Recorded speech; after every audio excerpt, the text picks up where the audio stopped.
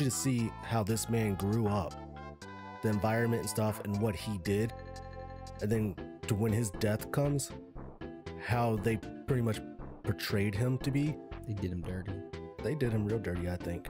So, he was born on June 16th, 1971 in Bronx, New York. His name was not Tupac then. It was Lasan Parrish Crooks. Very interesting name. But his mother was Afeni Shakur, was part of the Black Panthers, and she was actually serving jail time for bombing charges during his pregnancy. But pretty much a month before she was going to give birth, she was released out of jail. But her jail time, you know, I think she served as her own lawyer, and I guess she was able to get herself out of prison, to where if she would have failed, it would have been up to 300 years in prison. So she's not dumb. She was able to, I guess, win the case or whatever and get herself out. 300 years. I mean, do they really think she's going to live to be 300? I mean, come on. Yeah. I think that whole system like that's stupid. They might as well just call it life.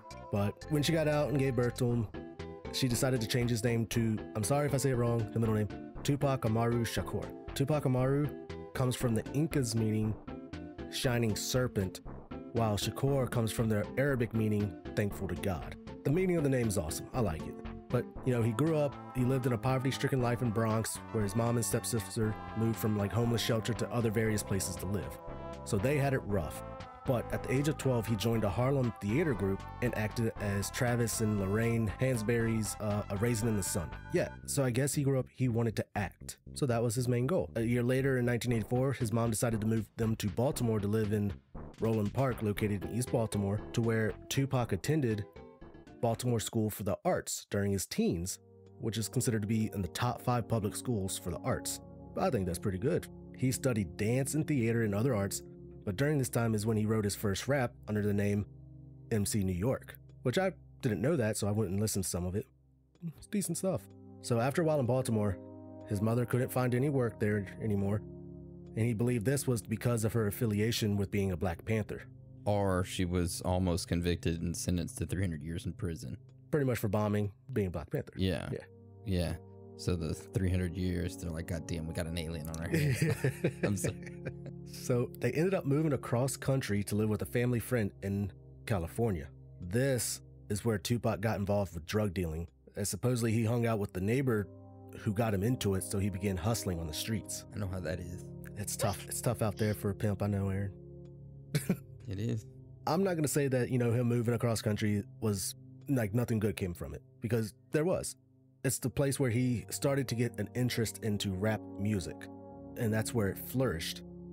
He started a rap group called Strictly Dope, which could have been just a hustling gang name too, but, you know.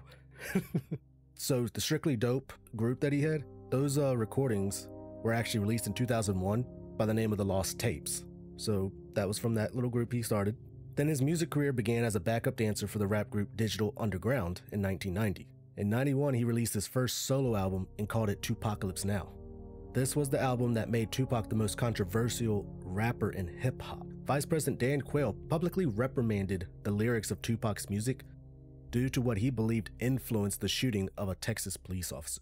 So his music pretty much, gotta go out and shoot police officers. Scapegoat, man. Yeah. That album went gold, with 2 of the singles helping it to reach that, which were Trapped and Brenda's Got a Baby. Damn, Brenda, you got a baby. Yeah, she does. But then, during 1993 to 94, Tupac was in and out of jail. Near the end of 94, Tupac had sex assault trials go on, which a week later he ended up getting shot from an attempted robbery at the New York music studio. So he went back to New York, ended up getting shot. But, you know, he survived that one. Then 3 weeks later, he was convicted of sexually abusing a woman he had invited into his hotel room. He is acquitted of sodomy and weapon charges, but he was sentenced to 4.5 years. So in February of 1995 is when he was sentenced. Now this is where it starts to get interesting, because I know all that up there was probably boring. Good information, but a little boring. In October of 1995, Death Row CEO Knight posted a $1.4 million bond for Tupac's release. Suge Knight? With Tupac being released from prison, he ended up signing a deal with Death Row Records. He had to release, I think, 3 albums with them for that bond, pretty much. When he was released, he released his 4th solo album called All Eyes on Me. Good one. Such a good one. Damn, that's a good album, man. You know, and that one featured many famous rappers. That album sold for over 6 million copies. Yeah, that's just in the United States. It sold a lot more in other countries too. After that album, Tupac focused on his acting career, which he starred in Bullet, Gridlocked, and Gang Related. But then, after the Mike Tyson versus Bruce Sheldon fight on September 7th, 1996, Knight and Tupac were pulled over by police for playing their music too loud. They're always hating. After about 10 minutes, they were then released, and they were heading to Knight's club that he owned called Club 662. They stopped at a stoplight further up ahead, and a white Cadillac pulled up beside them on the passenger side. The person in the back seat of that white Cadillac rolled down the window, pointed a gun, and fired multiple shots into Knight's car with Knight and Tupac in it. As the bullets rained in, Tupac supposedly tried to jump to the back of the car to take cover, but Knight, supposedly trying to protect him, grabbed him and pulled him back into the front seat. Tupac was hit 4 times. 2 times in the chest, once in the hand, and once in the hip. One of the bullets that went into his chest went into Tupac's right lung. Knight was hit once by pretty much fragmentation from a bullet, and that hit him like either in the head or the neck. Knight was able to drive about a mile away from the shooting to where they pulled over again because police pulled him over. Yeah, and that's when the police called the paramedics. They were rushed to the hospital where Tupac was treated and put on life support. Knight was released the next day on September 8th, but did not speak until the 11th. Tupac had to be put into an induced coma because he kept trying to get out of the hospital bed. Then on Friday the 13th of 96, while in the critical care unit, they ended up removing his right lung, which led to hemorrhaging that they couldn't stop. Then soon passed away from respiratory failure, which led to cardiac arrest. They tried to revive him. No luck. And his mother, Afeni, pretty much made the decision to cease medical treatment. Rest in peace. Rest in peace, Tupac. R.I.P. Pour one out for him. So, the one thing that really made me mad about it is, I find this as a strange fact, when they left the boxing match that night, they had 10 vehicles full of Tupac's entourage following behind them. So 10 vehicles full of his people just following behind him. But yet this white Cadillac was able to pull up beside them and fire at them. So you're going to tell me, for one, none of his entourage had any guns, because that's bullshit. Because they were at the hospital while he was there, protecting him in case they came to finish the job. So why didn't they fire on the car that was shooting at him? It's a good question. Yeah. Then, of course, another strange thing is the police pulled him over 10 minutes after the boxing match ended because they were blasting their music too loud. And then right after the shooting, not even a mile away, they pulled him over again. So you're telling me no one heard the gunshots or anything like that, and then all of a sudden the police just pull him over? I find that a little suspicious. Now, earlier that day, supposedly, Tupac had a fight with one of the local Crip members, Orlando Anderson, which he becomes a key suspect. He actually becomes pretty much what they say now, as he is the one that actually killed Tupac, because his cousin said that he was in the car with Anderson sitting in the back seat of that white Cadillac, and he's the one that handed him the gun, which I find that to be false, because I believe Anderson actually ended up getting killed a couple months after that. And so when his cousin finally confessed this, Anderson was already dead. So it's perfect, you know, hey, listen, I handed it gun. It was totally him. Then, you know the rivalry between Biggie and Tupac? Mm-hmm. You know they were actually friends before that, right? Yeah. They were fine, you know. They only became rival when Tupac was represented in the West and Biggie the East, which Tupac came from the East. He grew up in New York. Mm-hmm. So it's like... It was like a WWE thing, right? Yeah. It's like Eminem and Machine Gun Kelly, you know. Yeah, Machine Gun Kelly. Or, you know, Roddy Ricch and 21G or Polo G. I'm just making current references for, you know. You just see Ghostface talking about his buddies, you know. Ghostface and, you know, whoever, all the rappers in the world. Yeah. I just think it's weird that there was a rivalry between them. I think that was mostly for show. Mm-hmm. But, of course, it ended up becoming a big thing after Tupac got killed. The other theory is that Biggie killed him. Yes. they already searched records and stuff. Biggie was in New York recording at the time when Tupac was in Las Vegas. They even have like records of him spending money and stuff, him being in New York pretty much. And I think he was actually in the studio in New York during the time of Tupac's shooting. But they're still trying to say that perhaps maybe Biggie had like a hit on Tupac and Orlando wanted that $1 million. I don't know. But I do find it interesting that some of Tupac's songs weren't actually for him. They were actually meant to go on the other rappers' albums that were part of Death Row. Like California Love was meant for Dr. Dre's. Got My Mind Made Up was meant for Snoop Dogg's album. Can't See Me was another one that was originally intended for Dr. Dre and Ice Cube's never released album, Helter Skelter. You sure? I thought that was originally intended for John Cena's. Oh, WWE Aaron in here. All right, Yeah. sorry. Which I thought the Helter Skelter album was kind of interesting because of Manson. Yeah. I was like, oh. But it was never released. But yeah, those are some of the strange facts. But theory-wise, I figured I'd leave that up for discussion on what we all Well, think. you know what his 5th album was named, right? His 5th album, hold on, let me make sure I get this right. The Don Killuminati, Oh, the yeah. 7-Day Theory, also known as the Machiavelli, which was released like 4 months after his death. Yeah, he was a huge Machiavelli fan. Yeah. I don't know who that is. I'll be honest, I didn't listen to Tupac. Am I gonna have to send you like a list of songs to... So Machiavelli was the Italian war strategist who pretended to fake his death. And is one of the theories, One of the is theories. that he faked his death. Tupac did. I know, Anna, you were looking forward to that theory. That's the first one that Yeah. you brought up. Even though I don't know him, yeah, I just always think of him and Elvis chilling on an island together, just Fucking smoking a J. making their own music. Yeah. And see, Or ain't nothing but a hound dog. Yeah, say it. Crying all the time. Ain't nothing but a hound dog. Yeah. dude, that'd be a badass duo right there.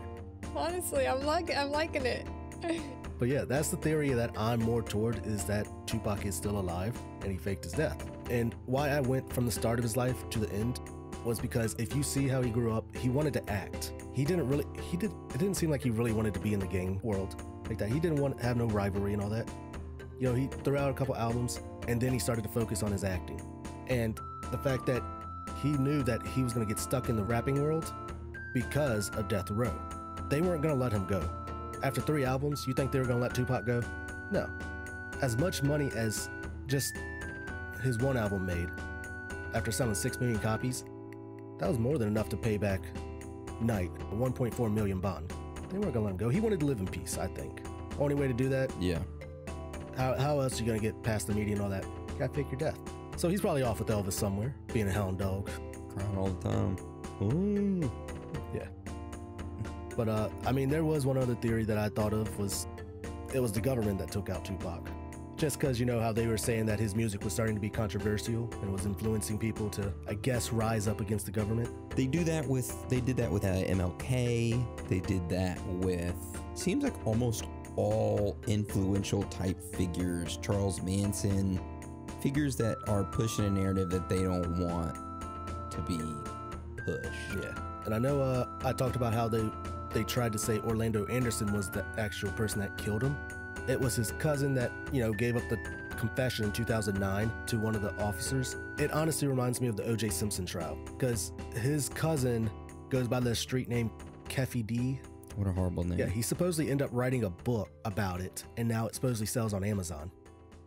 Which I kind of feel like that's like the O.J. thing. Like, I didn't kill her, but here's a book on how I would have. Yeah. What do you think about him being a hologram? I have this theory about hologram. I think that was actually him doing all that, not on stage, somewhere else, and they used it as a hologram on stage. So he was actually rapping and everything. That's what I think. I've thought about doing a Theory Thursday topic on this because one time I think I got really high and had this thought, but what if holograms are the actual people?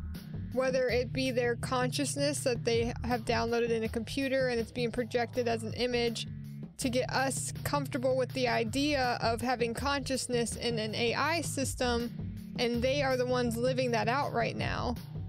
But I swear I've talked about this in an episode because I brought up Michael Jackson he had a new song that came out, and he was a hologram and performed it, and it was creepy how it was still pretty realistic for a hologram. And so I was just curious, like, what if they are the actual people? Yeah. And they still want to perform because, like, Michael Jackson loved performing. Tupac, yes, he would prefer to act, but he's acting on stage while he's performing. What are you doing, finger guns? They didn't die. Actually, they did die. But you know how they say they faked their death? It was a planned death because they already know that they could upload their consciousness to this type of AI and live forever. Oh.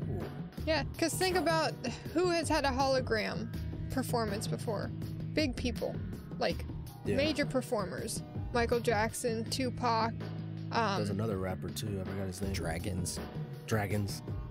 Well, there was dragons. Hold on. They're real. Okay. I don't know.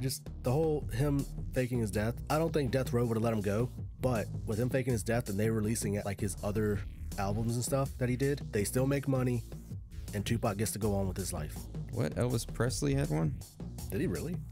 Yeah, with Celine Dion. Oh, yeah, he did. Oh, that's so weird. I'm gonna send you the Michael Jackson one I was talking about. I think it's called like Slave to the Game, Slave to the Rhythm. Which, of course, my mind when I read that, it was just like, is he stuck in the AI? Did they take him and put him in there and he wants to rest his soul, but he can't because he's a fucking slave to Universal Records? Dance. I don't know. Dance. I don't know if he's part of Universal Record or not, but Dance. dance, puppet, dance. That's all I can imagine is just the people going back. Dance. The AI. Yes. Oh, God, no, it's Okay, here we go. I'll send you this link. Y'all wait to be like creepified for a second here. This is like way too... Okay. I say you could fast forward to about 30 seconds in. Well, if you just look at the beginning for one, just like watch the people. There's like dudes in all black, look like military undercover with a flashlight on their heads. Already like made me feel weird. And then 30 seconds is when they actually bring him out. That's a hologram? Yeah, so yeah, they come out looking like fucking they're gonna raid Michael Jackson, right? There's helicopter sounds, and then 30 seconds in is when you first see him. That's so weird. Mm-hmm. I just want like a hologram thing for my house. That'd be awesome. Be like, hey, pull up Miley Cyrus so I can show her my dance moves. Oh, God. You know, that's eventually gonna happen. Oh, yeah. Like FaceTime, but like a full body hologram FaceTime. Yeah, dude, like Obi-Wan talking on Star Wars, just popping out. Help me, Anna and Dan, you're my only hope. For any of you guys that just want to go to like Michael Jackson, like actually dancing on stage as a hologram, about a minute and a half in is when you see him like actually dancing, standing up with a group of people. They gave him a good version of himself. He looks nice and young, healthy. Yeah. I mean, his movements are creepy accurate to his real fucking self. Yeah. And I'm wondering, how did they do this in a hologram? Yep. And this was an unreleased song, I'm pretty sure, as well. Wasn't that good? I mean, Yeah, the song was. compared to his other hits, it's like, it was okay. Yeah, the backup dancers looking like something off of the fucking 13 Ghosts movie or something. Right. My thing is, what's it look like to the people dancing on stage with him? Do they see him as like a full-figured person? Or like a two-dimensional flat screen or something like... Because, you know, they had to practice dancing with him where he was gonna walk, of course, if this is a fake MJ, okay? And have to like choreograph around an image and interact with it. But it doesn't make it hard because he's very realistic in his movements. It doesn't look it doesn't look like Tupac's. You could tell like this is an upgraded version of the software of the hologram AI system to live in. I hope Tupac got an upgrade. Tupac's hologram wasn't that good though. You could tell that it was like a hologram, but performance was pretty cool. It was at Coachella. Yeah, I think it was. Coachella. Looking at it now. Yeah, like just look at already, it looks like he's floating because he's like kind of shifting unnatural on his surface. But it still looks pretty fucking real. Yeah. I feel like I can just run my fingers through his abs. Which, no, him and Jada Smith were really, really close. But sadly, they didn't have any relationship. They were just very good friends. Because Jada Smith used to be a drug dealer as well. God damn. Yeah, I didn't know they had a history together. They met in school and they were both dealing drugs. Yeah. It's pretty cool. It's that was a good topic, Dan. I honestly don't know much about Tupac, besides the little knowledge nuggets I threw in, my very limited knowledge. But it's nice to actually get to know who he was more in the story, so I could be up with the, culture of many, many years ago. I'm only behind a little bit. I mean, I didn't know this much about Tupac until I actually searched him up and everything, and it just seems like he was wanting to go one path. Him going to California, it ended up taking him to another path, but it seemed like he wanted to try to get back on his original path, and sadly the only way for him to get out was to fake his death, probably. Yep. It's crazy, I think. Well, I think when you think about today's society and music, and I know we've talked about Tom McDonald on here and cloned rappers. So the verse says, if they killed the rappers who were spitting truth, they wouldn't have a messenger to reach the youth. So they duplicate physically, implant abilities, replicate tattoos in cloning facilities. Indie contracts say worldwide. Label contracts say universal. For all of time in all forms, they own all your music, your image, your name, and your person. I think that is weird. I mean, I don't sign music contracts, but if I signed something that said that I was universally bound, that's telling me that this is a forever thing, and I am a slave to whatever it is that you want me to do. Which is why I think a lot of, if you listen to a lot of music now, they'll say, be your own agent, like do your own thing, don't sign on with people, because you don't get to sing the music you want to sing. Just like us in this show. If we were to take money from corporations, it would completely change our message, because we would have to dictate what we say based off of the people who give us money. And we won't give in to that, because we need that freedom to talk about whatever, because anything could come up and we don't want something to tell us we can't talk about it. We already have limits just because we don't want to lose our podcast talking about like coronavirus. Like everyone that talks about that shit gets shut down. It's like, why can't we talk about these things? Oh, because they're truths that are being spoken and they don't want us to know about it. Yeah, pretty much. Well, thank you for that, Daniel. Yeah, that was really good. That topic for this week. I enjoyed it. Pretty much like a little biography. Biography. Biography. I like that. Aaron, I am excited for yours. Leave another week of me guessing what yours was before you told us. I'm like psychic to you, dude. I hate you. But I love you. But I love you. All right, hold on. I gotta get this meat out my mouth. Oh, Dan, I thought you were at your house. Yeah, I'll back out. Hang on here. All right, I'm good now. Here, I'll. All right, so what I'm about to tell you guys is a true story, okay? And it's probably, I'd say one of the most bizarre stories that I've ever read. I was sitting at an NTB Tires, not to promote them or anything. I would not advise going there. No, they But I was suck. getting my tire changed. Sorry. They do. They take forever. I was getting my tire changed, and I was looking up bizarre and mysterious true stories, and I came across this one, and I said, whoa, I'm going with this one. So, this entire story revolves around Sabina Eriksson and her identical twin sister, Ursula Eriksson. Okay. Now, both of them were born in Sweden on November 3rd, 1967, and of course, they both grew up there. They had a regular childhood, and neither of them had any history of mental health issues or any criminal convictions at all. Now, why do I mention that? It's important for what we're about to talk about, okay? So keep that in the back of your mind as we go forward. All right, so let's fast forward. So by the early 2000s, Ursula had moved to the United States and was living there. Her sister Sabina had moved to Ireland and was living with her partner and 2 children. Okay, let's move forward a little bit more to May 16th, 2008. Ursula, who, like we said earlier, was living in the States, she decided to visit her sister Sabina in Ireland. So within 24 hours of her arrival, the two left Sabina's home and got on a ferry to Liverpool in England. They arrived in Liverpool at 8:30 a.m. on Saturday, and immediately both went to the St. Anne's Street police station. There at the police station, they told the Liverpool police that they worried about Sabina's children, which she had left back in Ireland with her partner. Sabina also said that she kind of feared for the children's safety, and which is why she was kind of worried about them. So the Liverpool police said that they would contact the local police there in Ireland to check in on her children. Both Sabina and Ursula were like, okay, cool. Then they left the police station at 11:30 a.m. that morning.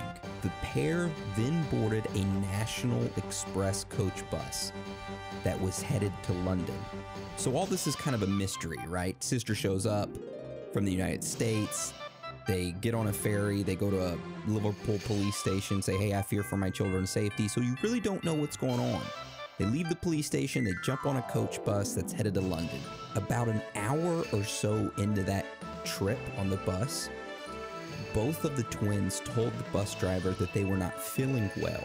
So the bus driver was like, oh shit, okay, well, I'll go ahead and stop at this service station. Even though it was not a scheduled rest stop for that trip, he still decided to stop there. So around 1 p.m., the bus driver told everyone that they were continuing on the scheduled route, so everybody needs to get back on board. As the passengers were boarding, the driver started to notice that Sabina and Ursula were acting erratic and very strange. He noticed that they were clinging to their bags tightly, as if they were hiding something. This, of course, caused the bus driver to be a little suspicious, thinking that maybe they had a weapon or a bomb, so he asked to search their bags. Both of them refused, so the bus driver was like, F you, I'm not allowing you on my bus, get off. So he kicked them off the bus and left them there at the rest stop. Now, the manager of the rest stop, it was like a rest stop and a service station, that manager was called by the bus driver and informed that, hey, I kicked off these two girls that were acting weird that wouldn't let me search their bag, so that's just a heads up. The manager who got the call said, I was feeling a little suspicious about them too. Their demeanor, their movements, and their fixation on their bags. I'm gonna call the police. So she called the police. The police arrived and spoke with the twins, but left shortly after. And it was reported that the police said that the women seemed harmless and that they weren't gonna hurt anybody and they just were protective of their belongings. Anyways, so after the police left, the twins left the rest stop on foot and began to walk down the highway. Now, the highway they're walking down is the M6, which is a huge 6-lane highway with a ton of traffic. The twins decided to try and cross the highway, and upon attempting this, Sabina was struck by an oncoming vehicle, which of course caused chaos on the road. So, of course, the police were called again this time, and the police that responded had a film crew with them who were shooting a reality television show called Motorway Cops. It was kind of like The Cops. What you gonna do? Right? So they were following the police. And what they captured was bizarre, to say the least. Okay, so the police arrived, right? And they expected to see multiple people ran over, at least one person ran over, because the initial reports was that a woman got hit on the road. Well, that wasn't the case. They saw both Sabina and Ursula standing on the side of the road unharmed. So as the police were talking to the twins, Ursula just randomly, out of nowhere, runs out into the highway, into oncoming traffic, and gets smoked by a semi truck going 56 miles an hour. Like, boom! And everybody's like, what the fuck? And as everybody's looking onward and is like shocked as to what just happened, no one's paying attention to her sister, Sabina. She randomly runs into the road and gets hit by an oncoming Volkswagen, which causes her to somersault over the hood and windshield of the vehicle before landing in the third lane of traffic. So I don't mean to laugh, but we have video footage here in a minute where we're gonna watch this entire thing unfold. All right, so at this point, both of them are laying on the highway and the police officers are kind of like scrambling to their aid. Ursula, who was the one that got hit by a semi, she was in like pretty bad shape. Both of her legs was crushed. She had compound fractures, which the bones are sticking out of her legs. She was semi-unconscious, but she was kind of out of it still. There was a police officer who was kneeling down by Ursula who was trying to tell her that she just got hit by a vehicle, but Ursula said, I know that you are not real. And she started to become like very combative with the officer. She was moving, telling the police officers to get the fuck away from me, you fucking asshole. Started spitting at them, trying to fight them while she had her bones sticking out of her legs. And while the police officer was trying to help her out and give her first aid. All right, so that's what was going on with her. And she just got hit by a semi, right? Going almost 60 miles an hour.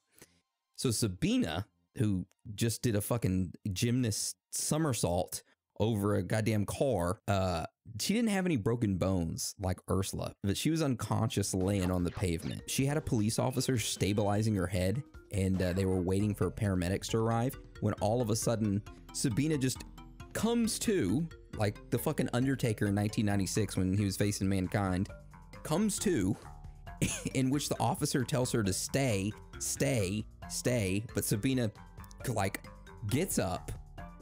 The police officer is trying to like get her to sit down and trying to hold her, but Sabina's like trying to get away from her for some reason and unleashes this fucking 1-inch punch on her. Like just poof. And the police officer flies back.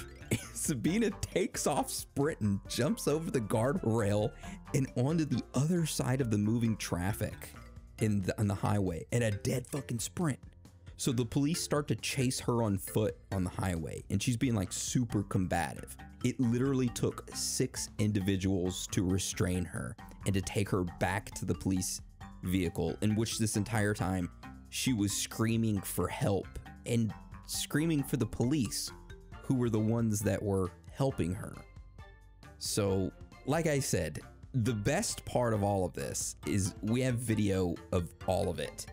And I'm going to link you guys quick video clip, and you guys listening on Patreon, you can, of course, you know where to get the links at. You can watch right along with us. It's a nice little clip. So guys, let me know when you're ready and we'll play that. The sister doesn't even look phased. Like, oh, there goes my sister.